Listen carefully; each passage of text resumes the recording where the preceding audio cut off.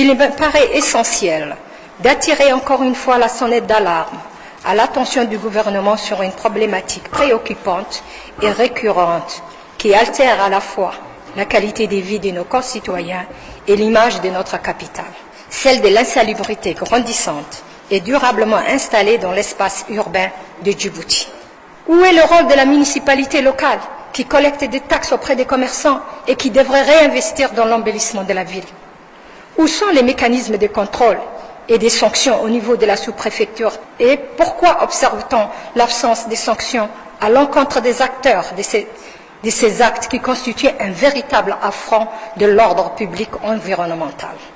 L'insuffisance de réponses apportées à cette situation nourrit un sentiment d'impunité et d'incompréhension au niveau des élus du peuple que nous sommes. Il devient par conséquent impérieux de renforcer les moyens opérationnels des institutions concernées, au premier rang l'OVD, en le dotant notamment d'un parc de véhicules et d'équipements adaptés à l'ampleur des défis. Madame la députée a donc raison d'un côté, parce qu'effectivement, il y a plus de 5 mois, 6 mois, nous avons travaillé main dans la main en organisant les quartiers et la population à identifier des points de regroupement pour les déchets et à harmoniser les horaires de ramassage des déchets. Malgré que des efforts et des progrès ont été atteints, il s'avère que les défis qui s'imposent à nous ne sont pas petits. En effet, les moyens dont dispose la principale institution responsable de ce ramassage des déchets est confrontée à des problèmes de moyens. Cette institution a programmé à ce qu'elle a pris un crédit, effectivement, à la banque, et au jour d'aujourd'hui, il y a 28 camions qui vont arriver d'ici le 15 juillet dans notre pays. Au-delà de ça, 12 camions qui étaient en panne auront leurs pièces détachées également aussi, arriveront également aussi à bon port d'ici la fin du mois de juin. Mais malheureusement, ceci n'arrivera pas avant les fêtes d'indépendance. C'est la raison pour laquelle nous allons proposer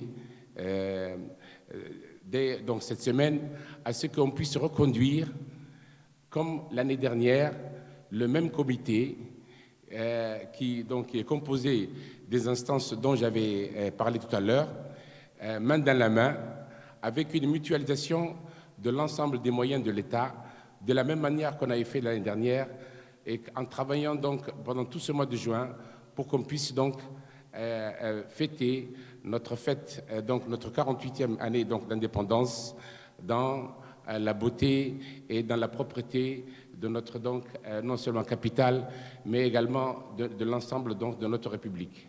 Je tiens tout d'abord à saluer les efforts constants et les investissements importants consentis par les ministères dans le développement d'infrastructures visant à valoriser les énergies renouvelables dans notre pays.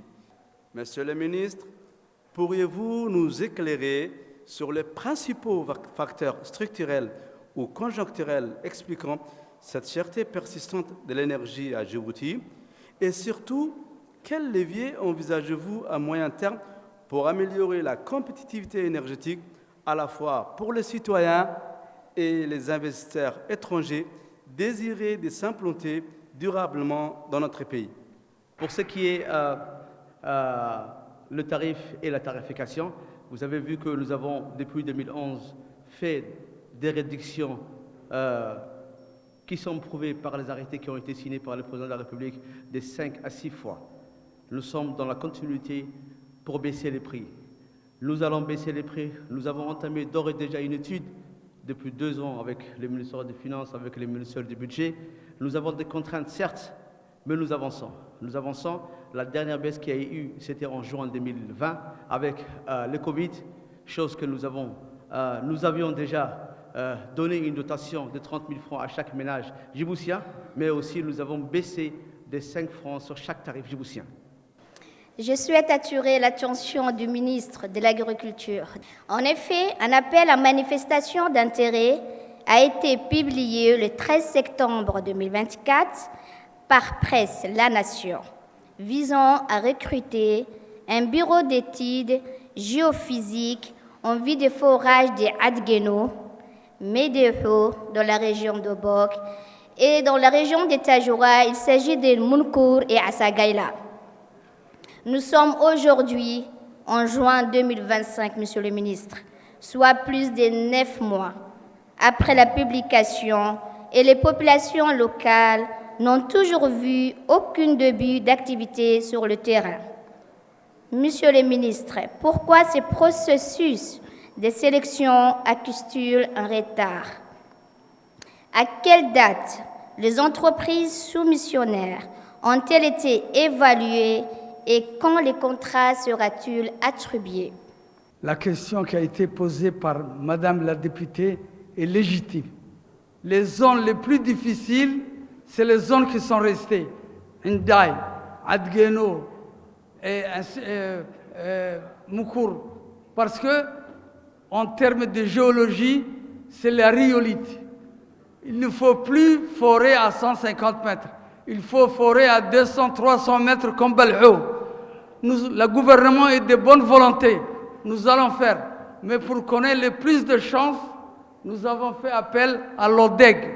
L'ODEG, parce qu'ils ont un instrument qu'on appelle instrument magnétotellurique. Ce n'est plus l'instrument de sondage électrique. Ce magnétotellurique va nous permettre de faire une étude géophysique jusqu'à 200-300 mètres. C'est comme si c'était le pétrole. Nous allons faire, et je crois qu'un peu de patience, nous allons faire pour avoir le maximum de succès.